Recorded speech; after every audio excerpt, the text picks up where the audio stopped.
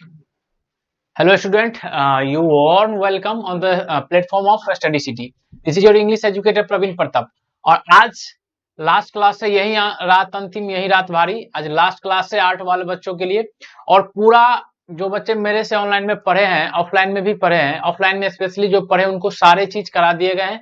और एक रिवीजन के तौर पर, यानी कि कहावत है कि रिवीजन में ही डिवीजन है, तो रिवीजन के तौर पर पूरा बुक के पोएट्री का सारा टॉपिक और साथ में जो इंपोर्टेंट OWS आपको देखने को मिल सकते हैं. कहने का मतलब ये हुआ कि जहां आपको परेशानी हो सकती है वहां से हम बात करेंगे, और जहां से क्वेश्चन ज्यादा आती है वहां. तो चलिए, पहला पोएट्री में चैप्टर है sweetest love I do not go. Sweetest love I do not go के राइटर सबसे पहले बात करेंगे, तो हम राइटर है जॉन डॉन. हम जानते हैं sweetest love I do not go के राइटर है जॉन डॉन. ये रहते कहाँ, बिलोंग कहाँ से करते हैं, तो लंदन से. और लंदन है कहाँ, इंग्लैंड में. इसकी जन्म हुई है 1572 ईस्वी में और मर गए हैं 1631 ईस्वी में. ये बिकेम मतलब बना, priced at the age of 42. ये भी पूछ सकता है कि व्हेन क्या बोलते हैं इसको, John Donne became a priced. तो आपको लिखना है द एज ऑफ 42, यानी कि 42 वर्ष की उम्र में. फेमस किसके लिए है, सॉन्ग एंड नोट्स के लिए. सॉन्ग एंड नोट्स के लिए फेमस है. इसे कहा क्या जाता है, कॉल किस नाम से जाना जाता है, तो Pioneer of metaphysical poetry.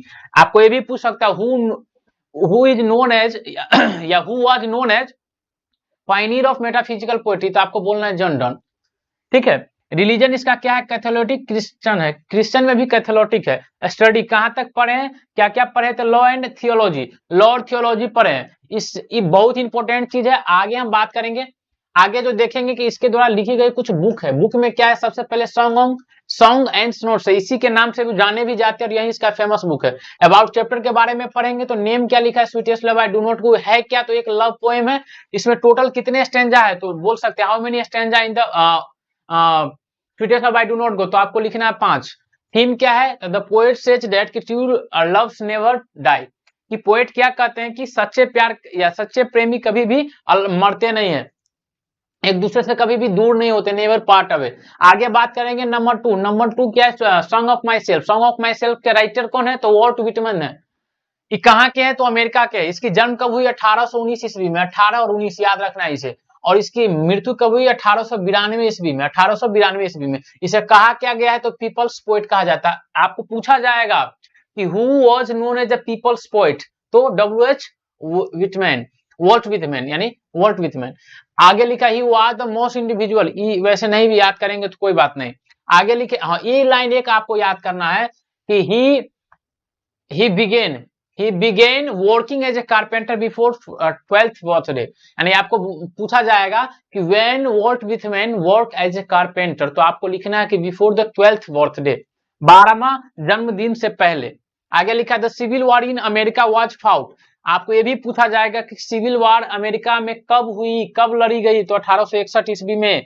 During civil war he work as a volunteer. कि सिविल वॉर के दौरान वॉल्ट विटमैन कैसा काम कर रहा था, तो एज ए वॉलंटियर. जब वॉर होते हैं ना, तो उसमें बहुत सारे लोग घायल हो जाते हैं, और जब घायल हो जाते हैं तो उस लोगों को जो इलाज करते हैं या हॉस्पिटल तक पहुंच जाते हैं, उनकी जो सेवा करते हैं, सर्व करते हैं, उसे हम बोलते हैं वॉलंटियर. वॉलंटियर मतलब क्या होता है, स्वयं सेवक. स्वयं सेवक मतलब ये 1 वर्ड सब्स्टिट्यूशन में भी आता है. वॉलंटियर मतलब क्या होता है कि one who offer his service, जो अपनी सर्विस आपको ऑफर करे, उसे हम कहते हैं वॉलंटियर. चलिए आगे बात करेंगे हम. इसके द्वारा लिखी गई बुक क्या है, तो आपको एक ही चीज याद रखना है, घास पे ढोल. घास पे ढोल, ढोल को हम बोलते हैं ड्रम इंग्लिश में, और घास को बोलते हैं हम ग्रास. तो याद रखना लीव्स ऑफ ग्रास 1855 में लिखे हैं वॉल्ट विटमैन में. और ड्रम टैप लिखे 1866 में. 11×5 = 55 और 11×6 = 66. पहला क्या लिखा है, घास पे ढोल. घास मतलब लीव्स ऑफ ग्रास. कब लिखे हैं, 1855 में, लीव्स ऑफ ग्रास. और ढोल मतलब ड्रम, तो क्या लिखा है, ड्रम टैप. कब लिखा है, 1866 में. लीव्स ऑफ ग्रास 1855 में, और ड्रम टैप 1866 में. चैप्टर के बारे में पढ़ेंगे. नेम क्या लिखा है, सॉन्ग ऑफ माई सेल्फ. इसका टाइप क्या है, 3 वर्स है. टोटल स्टैंजा इसमें कितने हैं, 13 है. कुछ पोएट के बारे में पढ़ लेते, कैसा पोएम है, तो ये बहुत लंबा पोएम है. इसमें 52 सेक्शन है. और इसका थीम क्या, universal both and the brotherhood और फ्रीडम स्पीच है. पेट्रोलिज्म के अनुसार, देशभक्ति के अनुसार, भाईचारा और आजादी की स्पीच है. आगे हम बात करेंगे बाबू.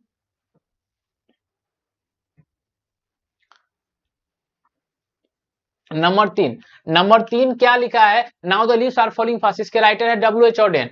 इनकी जन्म हुई 1907 ईस्वी में इंग्लैंड में, और इंग्लैंड छोड़ के चले गए 1939 ईस्वी में।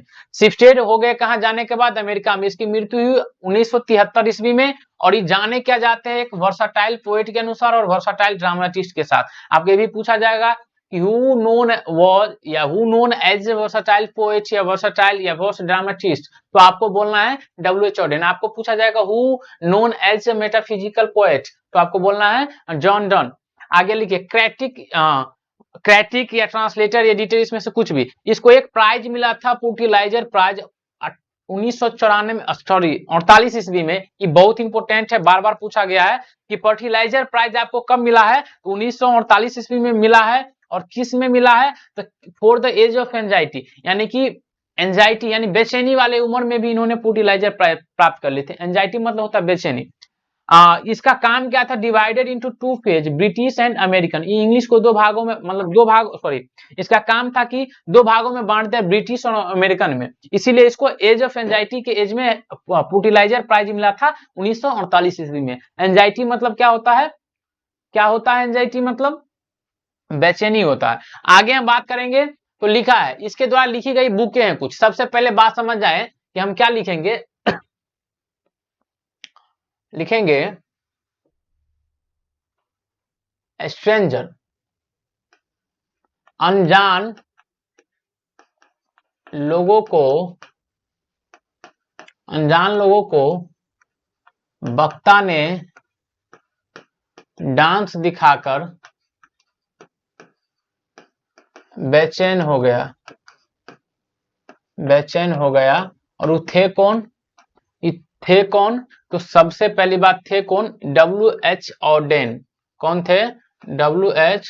ऑडेन, पहली बात। इसके द्वारा लिखी गई बुक का आपका सीधा ट्रिक याद रखना है। ट्रिक क्या है, अनजान लोगों को वक्ता ने डांस दिखाकर बेचैन हो गया। तो अनजान कहने का मतलब स्ट्रेंजर होता है। तो पहला बुक का नाम हो गया लुक स्ट्रेंजर। अनजान को इंग्लिश में हम बोलते हैं स्ट्रेंजर। तो पहला बुक हो गया आपका लुक स्ट्रेंजर। दूसरा लिखा अनजान लोगों को वक्ता ने, वक्ता को इंग्लिश में बोलते हैं ऑरेटर। क्या लिखा है, ऑरेटर। तो हमको बुक का नाम हो गया द ऑरेटर्स। क्या हो गया, द ऑरेटर्स। आगे डांस दिखाकर, डांस को इंग्लिश में डांस ही बोलते हैं, तो हम क्या लिखेंगे, the dance of deaths, the dance of deaths. आगे बात करेंगे, दिखाकर बेचैन हो गया। बेचैन मतलब होता है एंजाइटी। क्या हो गया, द एज ऑफ एंजाइटी। क्या हो गया, द एज ऑफ एंजाइटी। देखिए यहां से आप इजी से चारों बुक का नाम याद कर सकते हैं। अनजान लोगों को वक्ता ने डांस दिखाकर बेचैन हो गया, अनजान मतलब स्ट्रेंजर, पहला बुक हो गया लुक स्ट्रेंजर। लोगों को वक्ता ने, तो द ऑरेटर्स, वक्ता मतलब ऑरेटर। डांस तो द डांस ऑफ डेथ। आगे लिखा बेचैन हो गया, द एज ऑफ एंजाइटी। हो गए चारों बुक, W.H. ऑडेन साहब की है। आगे लिखा है कुछ चैप्टर के बारे में कि नेम क्या है, तो now the leaves are falling fast है कैसा है, तो लिरिक्स पोएम है, लिरिकल पोएम है। टोटल स्टेंजा कितने हैं, 5 है। आगे बात करेंगे हम नंबर 4 में। Number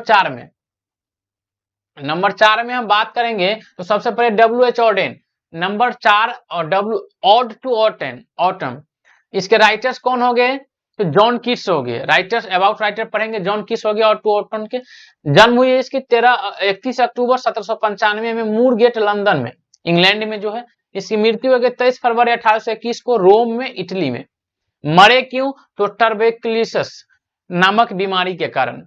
he was a romantic poet and also a surgeon. बोल सकता है कि John Keats was a romantic poet despite that what, तो आपको बोलना है कि as also a surgeon. Surgeon के अलावा और क्या थे, रोमांटिक पोएट, या रोमांटिक पोएट के अलावा क्या थे, सर्जन थे। इंटरेस्टेड किस में था, क्रिकेट एंड बॉक्सिंग में, क्रिकेट एंड बॉक्सिंग में इंटरेस्टेड था। फर्स्ट पोएम क्या है, lines in imitation of Spencer publish. ये देखिए फर्स्ट पोएम था इसका, लाइन्स एंड इमिटेशन। ये भी पूछा जाएगा वो which one of the first poem of John Keats, तो आपको बोलना है lines in imitation, lines of imitation of Spencer. बोला जाएगा कब पब्लिश हुई है, तो 1914 ईस्वी में। चलिए 1914 ईस्वी में वर्ल्ड वार भी हुई है, फर्स्ट वर्ल्ड वार, ऐसे याद रख लेना है। इसके द्वारा जो बुक लिखी गई है, बुक देख लीजिए, इसके द्वारा जो बुक लिखी गई है,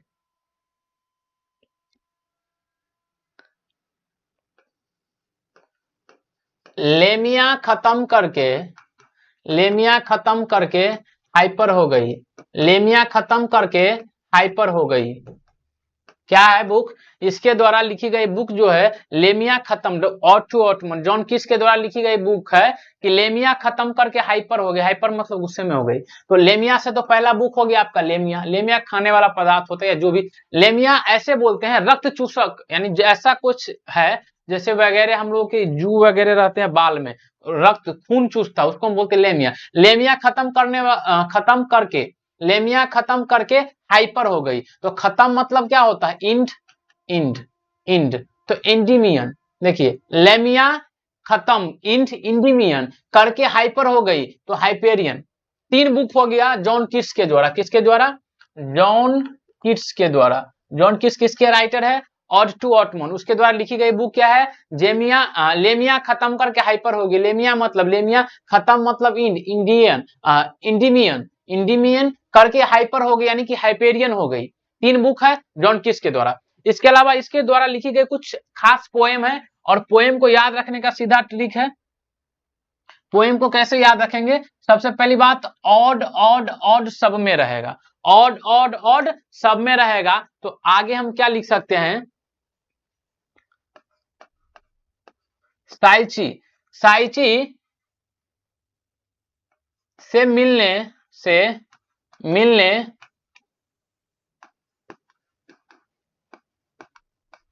बुलबुल गई तो उसने उसे कलश में पानी पिलाया। ये ट्रिक है इसके द्वारा लिखी गई पोएम का। क्या है कि साइची से मिलने बुलबुल गई तो उसने उसे कलश में पानी पिलाया। साइची से मिलने बुलबुल गई तो उसने उसे कलश से पानी पिलाया। साइची मतलब हो गया ऑड टू साइची। पहला पोएम ऑड टू साइची। देखिए ऑड टू साइची। दूसरा पोएम है साइची से मिलने बुलबुल गई। बुलबुल मतलब होता है नाइट एंगल, तो ऑड टू नाइट एंगल दूसरा हो गया। ऑड टू तो सब में रहेगा, बता दिए, ऑड सब में रहेगा। ऑड टू नाइट एंगल गई तो उसने उसे कलश में पानी पिलाया। कलश को इंग्लिश में बोलते हैं ऑर्न। तो क्या लिखा है? Ode on Grecian urn. और पानी पिलाया। पानी मिलने गई। मिलने मतलब देखिए मिलेन और टू मिलन चौली आपको इजीली याद हो जाएगा। साइकी से तो ऑड टू साइकी। मिलने मतलब मिलेन तो ऑड टू मिलेन क्लोनी। बुलबुल मतलब नाइट एंगल तो ऑड टू नाइट एंगल से मिलने गई तो कलश में पानी पिलाया। कलश मतलब अर्न तो ऑड ऑन ग्रेसियन अर्न। याद हो गया यहाँ से। अबाउट चैप्टर की हम बात करें तो नेम लिखा है ऑड टू ऑटमन। ये है कैसा टाइप? तो ऑड है। और टोटल स्टेंजा इसमें कितने हैं? 3 है। ईच स्टेंजा है 11 लाइन की। 3 स्टेंजा है, तीनों स्टेंजा में 11 लाइन है। तो टोटल लाइन कितने हो गए? 33। आपसे ये भी पूछ सकता है कि इसमें कितने लाइन है स्टेंजा में, तो आप बोल सकते हैं 33 लाइन्स है। स्टेंजा कितने हैं? तो 3 है। एक स्टेंजा में कितने लाइन है? तो 11 लाइन है। तो टोटल हो गया 11 इंटू 3 33। 5वां है एन इपिटाफ। राइटर्स के बारे में पढ़ेंगे वॉल्टर डेला मारे। इसकी जन्म 1873 ईस्वी में हुई। इसका जगह कहाँ है? कैंट इंग्लैंड में। मरा कब? 1956 में। इसे कहा किया जाता है तो चिल्ड्रेन्स पोएट कहा जाता है। फेमस किस लिए है कि स्वाभाविक बात है, अगर चिल्ड्रेन्स पोएट कहा जाता है तो बच्चों के बारे में लिखते होंगे। अवार्ड मिला इसको order of merit by Queen Elizabeth two के द्वारा इसको 1953 ईस्वी में ऑर्डर ऑफ मेरिट मिला है क्वीन एलिजाबेथ सेकंड के द्वारा। इसके द्वारा लिखी गई बुक 2 है। बच्चे का मोर। क्या है? बच्चे का मोर, या ऐसे लिख सकते हैं बच्चे का गीत। ऐसे लिख सकते हैं मोर, बच्चे का गीत मोर को पसंद है। बच्चे का गीत मोर को पसंद है। मोर को कचौरी की तरह लगता है। ऐसे याद रख सकते हैं, तरह लगता है। बच्चे का गीत मोर को कचौरी की तरह लगता है। तो सबसे पहले बात, बच्चे का गीत को हम इंग्लिश में क्या बोलते हैं? Song for children. Song for children पहला बुक। मोर मतलब क्या होता है? पिकक, और कचौरी को बोलते हैं इंग्लिश में पाई। तो क्या हो गया? पिकक पाई। पहला बुक हो गया बच्चे की गीत सॉन्ग्स फॉर चिल्ड्रेन। दूसरा हो गया मोर की कचौरी, तो पिकक पाई। ये दोनों बुक किसके द्वारा लिखी गई है? वाल्टर डेला मारे के द्वारा लिखी गई है। अबाउट चैप्टर क्या है? तो अबाउट चैप्टर है आपका जो है सो नाम क्या है चैप्टर का? एनिपिटाप। टाइप क्या हो गया? मेमोइर। याद रखिएगा इसके द्वारा दो बुक लिखी गई है, song for children. Song for children यानी बच्चों की गीत मोर को पसंद है। बच्चों की गीत मोर को कचौरी की तरह लगता है। बच्चों का जो गीत है मोर को कचौरी की तरह, बच्चों का गीत सॉन्ग्स फॉर चिल्ड्रेन, और मोर की कचौरी यानी कि पिकक पाई। चलिए आगे हम बात करेंगे बाबू। What is an epitaph? An epitaph क्या है? सबसे पहले तो an epitaph is called an inscription of tomb in the memory of dead person. यानी जैसे एक टॉम्ब होता है ना, मकबरा, और इस पर जो लिखी जाती है उस व्यक्ति के बारे में, उसी को हम बोलते हैं एपिटाफ। चलिए आगे हम बात करेंगे अबाउट राइटर के बारे में। एन एपिटाफ के जो राइटर्स है, पहले रपर्ट ब्रूक है। इसकी जन्म 1887 में हुई, मरे हैं 23 अप्रैल 1915 में। किस वजह से? तो एस्पेक्टिसिमिया के वजह से। प्रोफेशन इसका क्या है? एक पोएट रहे और एक सैनिक भी रहे। और किस नाम से जाना जाता है? तो इसको वॉर पोएट के नाम से जाना जाता है। किसको? रूपर्ट ब्रूक को। रूपर्ट ब्रूक को। His father was a house master of Rugby school. इसके फादर हाउस मास्टर थे स्कूल में। आगे बढ़ेंगे। क्या सबसे मेन इंपोर्टेंट बात है कि डब्ल्यू बीट said Rupert Brooke was the most handsome young man of England. इसको डब्ल्यू बीट्स ने कहा है, क्या कहा है कि इंग्लैंड के सबसे यंग हैंडसम मैन कौन है? तो रूपर्ट ब्रूक है। अबाउट चैप्टर के बारे में पढ़ेंगे। द सोल्जर है। इस टाइप, सबसे पहली बात द सोल्जर बड़ा इंपोर्टेंट है, इससे बार बार आता है। इसकी टाइप क्या है? स्नोट है। इसमें भी प्रॉब्लम, मतलब थोड़ा सा समझने की बात है। इस सोल्जर में इस सोल्जर में जो है, द सोल्जर में टोटल 14 लाइन्स है। 14 लाइन्स का पोएम है। इसके बाद 8 लाइन्स का भी पोएम होता है, और इसके बाद 6 लाइन का भी पोएम होता है। तो सबसे पहली बात, 14 लाइन के जो पोएम होते हैं उसको हम बोलते हैं स्नॉट, और ई जो होते हैं उसको हम बोलते हैं ऑक्टेव 8 लाइन के, और जो 6 लाइन के होते हैं उसको हम बोलते हैं सेस्टेट। ये याद रखने वाली बात है कि अगर 14 लाइन की पोएम है उसको बोलते हैं सोनेट, 8 लाइन की है ऑक्टेव, और 6 लाइन की है सेस्टेट। तो ये सबसे पहली बात है कि द सोल्जर कैसा पोएम है? तो स्नोट है, क्योंकि उसमें 14 लाइन है। 8 लाइन का रहेगा ऑक्टेव, 6 लाइन का रहेगा सेस्टेट। आगे हम बात बढ़ेंगे, वही बात इसमें लिखा है। अगला Macavity is the mystery cat. सबसे पहली बात, मिस्ट्री मतलब होता है रहस्य। Macavity is the mystery cat एक बिल्ली की कहानी है। इसके राइटर्स के बारे में पढ़ेंगे। टी.एस. इलियट है। जन्म हुआ इसका 1888 में यूएसए में, शिफ्ट हो गया इंग्लैंड में, और मर गया 1965 ईस्वी में। He was a great dramatist and a poet of 20th century. 20वीं शताब्दी के सबसे फेमस ड्रामेटिस्ट थे। He received Nobel prize for literature 1948 में। इन्होंने नोबेल प्राइज जीता है, याद रखना है, 1948 ईस्वी में। इंट्रोड्यूस वर्स ड्रामा, किस लिए? तो वर्स ड्रामा को इंट्रोड्यूस करने के लिए। इसके द्वारा लिखी गई जो बुक है उस बुक पे थोड़ा हम फोकस करेंगे। पहला है the Wasteland, Ash Wednesday, 4 quarter and the cocktail party, murder in cathedral. हम आपको बताए थे, मोनिका ने ट्रिक इसका बताए थे। मोनिका ने बुधवार को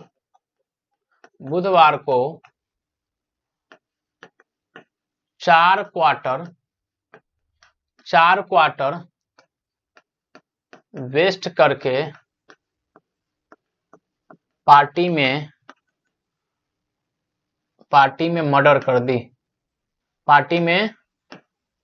मर्डर कर दी। ये पहले भी ट्रिक कराया जा चुका, अगर हमारे YouTube चैनल पर आप रेगुलर है तब। क्या लिखा है? मोनिका ने बुधवार को, तो बुधवार मतलब हो गया वेंसडे, तो एश वेंसडे पहला बुक, बुधवार को एश वेंसडे। 4 क्वार्टर यानी कि 4 क्वार्टर वेस्ट करके यानी द वेस्टलैंड करके पार्टी में मर्डर कर दी। द कॉकटेल पार्टी में मर्डर कर दी, यानी मर्डर इन कैथेड्रल। आपका ये 5 बुक हो गए। आ गई बात है। Macavity is the mystery cat, T S. Eliot के द्वारा लिखी गई बुक है कि क्या है, मोनिका ने बुधवार को, तो क्या हो गया, एस वेंसडे, बुधवार को 4 क्वार्टर्स वेस्ट करके, द वेस्ट लैंड, क्या हो गया, द वेस्ट लैंड करके पार्टी में मतलब द कॉकटाइल पार्टी, पार्टी में मर्डर कर दी, murder in cathedral. About chapter के बारे में बात करेंगे तो नेम इसका क्या है, मैकाबिटी द मिस्ट्री कैट। सबसे बड़ा इंपॉर्टेंट बात ये है कैसा, तो लाइट पोएम है। This poem taken from old Possum's book, ये एक बुक है ओल्ड पोलिसियम जिससे द्वारा लिखी गई द मैकाबिटी द मिस्ट्री कैट है। आगे हम बात करेंगे तो 8 नंबर पे बात करेंगे। 8 नंबर हमारा क्या है, फायर हेमन। फायर हेमन के जो राइटर्स है, क्या दारू वाला है, फायर हेमन के जो पोएट है वो सबसे पहले कौन है, तो के दारू वाला है। बिलोंग्स करते इंडिया से, 1937 में इसकी जन्म हुई है। इन्होंने एक प्राइज जीता है साहित्य अकेडमी अवार्ड 1984 में। रिलीजन इसका क्या है, जोरोस्ट्रियन है। He was also a police officer, ये एक पुलिस ऑफिसर भी थे। इसके द्वारा जो लिखी गई बुकें हैं मेन रूप से crossing of reverse under Orion, दो ही बुक है। इसके लिए क्या ट्रिक बना, याद ही रख लीजिए, क्रॉसिंग रिवर्स अंडर ओरियन, यानी कि नदी को नीचे नीचे पार करो, नदी मतलब रिवर्स, क्रॉसिंग रिवर, अंडर नीचे मतलब अंडर ओरियन। चैप्टर के बारे में फायर हेमन है, ये टाइप कैसा है, तो हेमन या रिलीजियस पोएम है। आगे हम बात करेंगे स्नेक के बारे में। स्नेक चैप्टर है, इसको लिखने का काम किया डी.एच. लॉरेंस ने। बिलोंग्स करते थे इंग्लैंड से। बॉर्न, इसकी जन्म कब हुई, 1885 ईस्वी में, मरे 1930 ईस्वी में। इसे ग्रेट पोएट और नोवेलिस्ट भी कहा गया है। इसके द्वारा जो लिखी गई बुक है क्या है, क्या है, क्या है, पहला है लेडी चैटर, एक minute, Lady Chatterley's lover, the rainbow और सॉन्ग्स एंड लवर्स। क्या है, लेडी के लवर, रेनबो एवं बेटे के लवर भी थे, बेटे के लवर भी थे। यानी कि डी.एच. लॉरेंस साहब कहते हैं, डी.एच. लॉरेंस साहब कहते हैं कि लेडी के जो लवर थे, लेडी के जो लवर थे वो रेनबो किताब, यानी जो आपके बुक है रेनबो पार्ट 2, रेनबो किताब और मेरे बेटे के भी लवर थे। जो मेरे लेडी के लवर थे वही रेनबो किताब और मेरे बेटे के भी लवर थे। तो पहला बुक हो गया लेडी चैटरलेस लवर, लेडी के लवर, रेनबो के भी लवर थे, तो द रेनबो के, रेनबो एवं बेटे के लवर भी थे, तो यानी कि सन्स लवर। 3 बुक हो गया किसके, डी.एच. लॉरेंस साहब के। पहला क्या हो गया, लेडी चैटरलेस लवर, लेडी के जो लवर थे वो रेनबो, रेनबो मतलब द रेनबो, बेटे के लवर भी थे, बेटे के लवर मतलब सन्स लवर भी थे। कौन, डी.एच. लॉरेंस साहब। अबाउट पोएम स्नेक है और फ्री वर्स इसका टाइप है। आगे बढ़ेंगे 10वां नंबर लिखा माय ग्रैंड मदर्स हाउस। ये अबाउट पोएट्स बारे में पहला इसके राइटर्स या जो भी पोएटेस है कमला दास है। इंडिया से 1937 में जन्म हुई, मर गए 2009 में पुणे में। शॉर्ट लिस्टेड हुआ था, इसका शॉर्ट लिस्टेड करने का मतलब नाम आया था, मिला नहीं था। नोबेल प्राइज 1984 ईस्वी में। जाना किस लिए जाता है, sexual adventure in the her writing autobiography. Book क्या है, 3 बुक है। Summer in Kolkata, only the soul knows, as अल्लाह। इसके लिए ट्रिक बना देते हैं कमला दास के लिए। कमला दास ने क्या कहा, हे अल्लाह, हे अल्लाह, कोलकाता की गर्मी, कोलकाता की गर्मी कोलकाता की गर्मी से परेशान होकर आत्मा गाने लगता है, आत्मा गाने लगता है। कमला दास ने कहा हे अल्लाह, कोलकाता की गर्मी से परेशान होकर, ये ट्रिक है, ये ट्रिक आप सबको एग्जाम में बहुत फायदा करेगा। हे अल्लाह, कोलकाता की गर्मी से परेशान होकर आत्मा भी गाने लगता है। तो हे अल्लाह, हे अल्लाह, हे अल्लाह, तो पहला बुक हो गया एस अल्लाह 2001 में। कोलकाता की गर्मी, समर इन कोलकाता, दूसरी बुक सिंपल।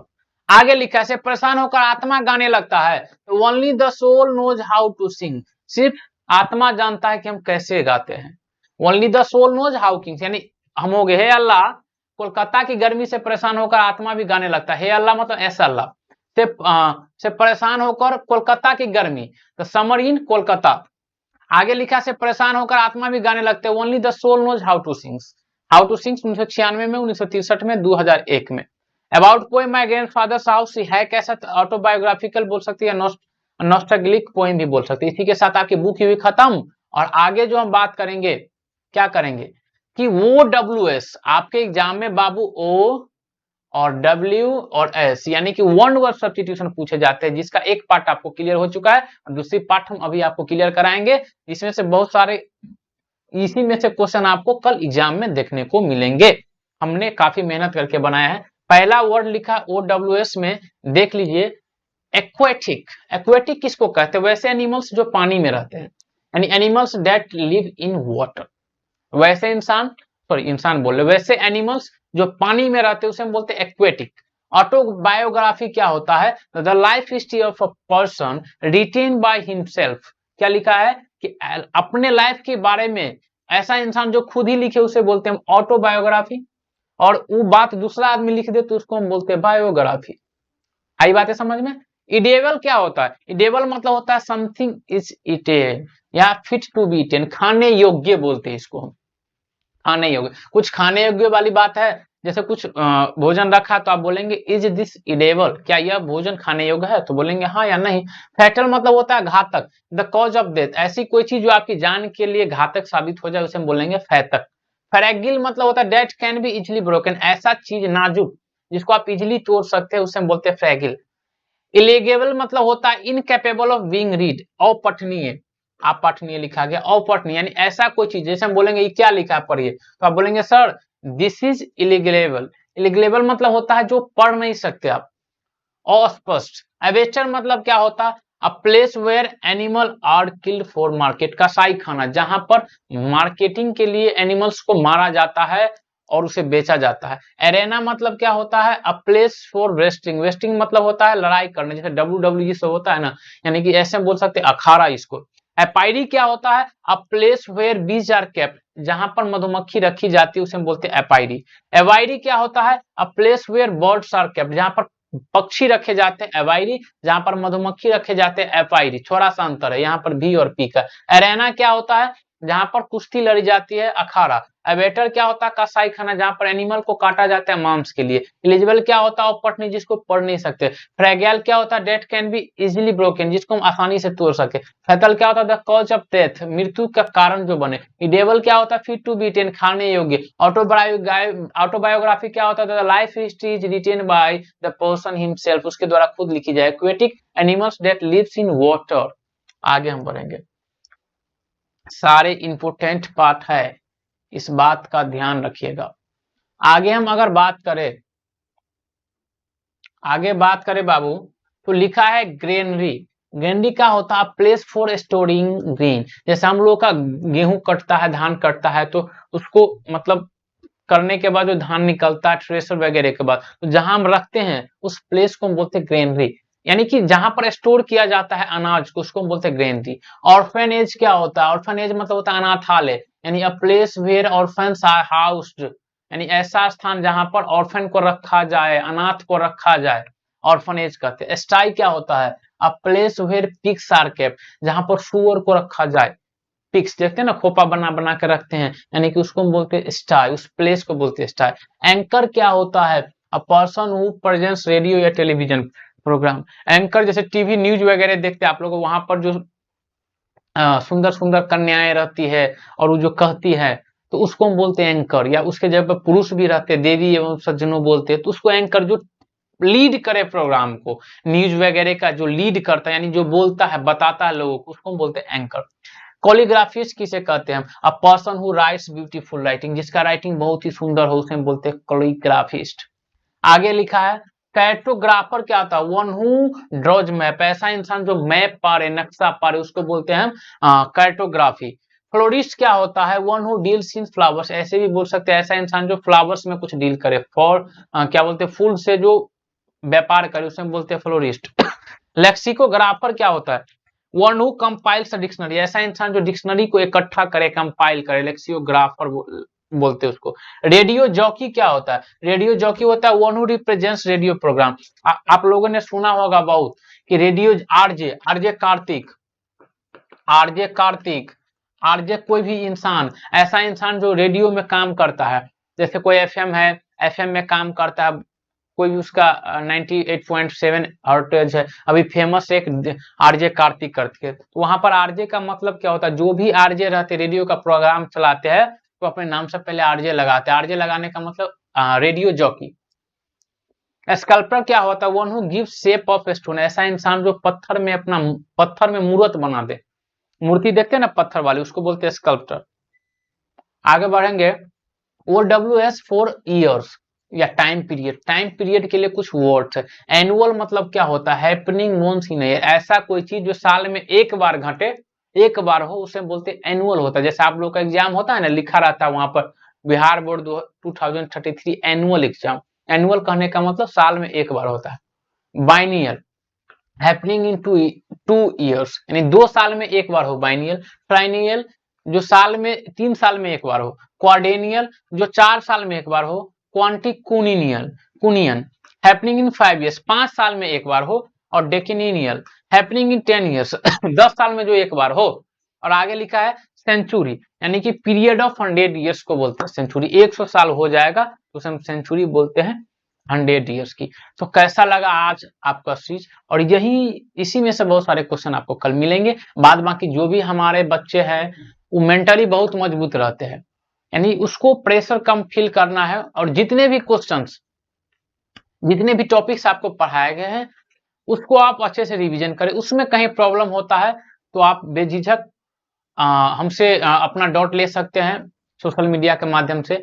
और एग्जाम हॉल में जैसे कई सारे बच्चों का भी मैसेज आया कि सर बहुत सारे क्वेश्चन छूट गया है, टाइम नहीं देख पाए, ये नहीं कर पाए, तो आपको उस चीज का ख्याल रखना है। ऐसा नहीं कि आप क्वेश्चन बनाने के चक्कर में क्वेश्चन ही छोड़ जा रहे हैं, लास्ट में 4 को 5 नंबर छोड़ दिए तो 20 नंबर तो आपका वहीं छूट गया। तो इस बातों का ख्याल रखें और जो टॉपिक पढ़ाया गया उसी में से क्वेश्चन आएगा, उस पर विश्वास करो और अच्छा से उसको पढ़िए।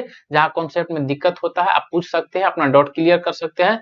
तो मेरी शुभकामनाएं, मेरा आशीर्वाद आपके साथ है। जाइए और कल एग्जाम को अच्छे से दे के आइए, डरना बिल्कुल नहीं है, कुछ भी नहीं करना है। आराम से अपनी जो शक्ति है उसको आराम से सोचना है, जो क्वेश्चन नहीं आएगा टाइम लेना है, बाद में सॉल्व करना है, घबराना नहीं है। ठीक है, थैंक यू।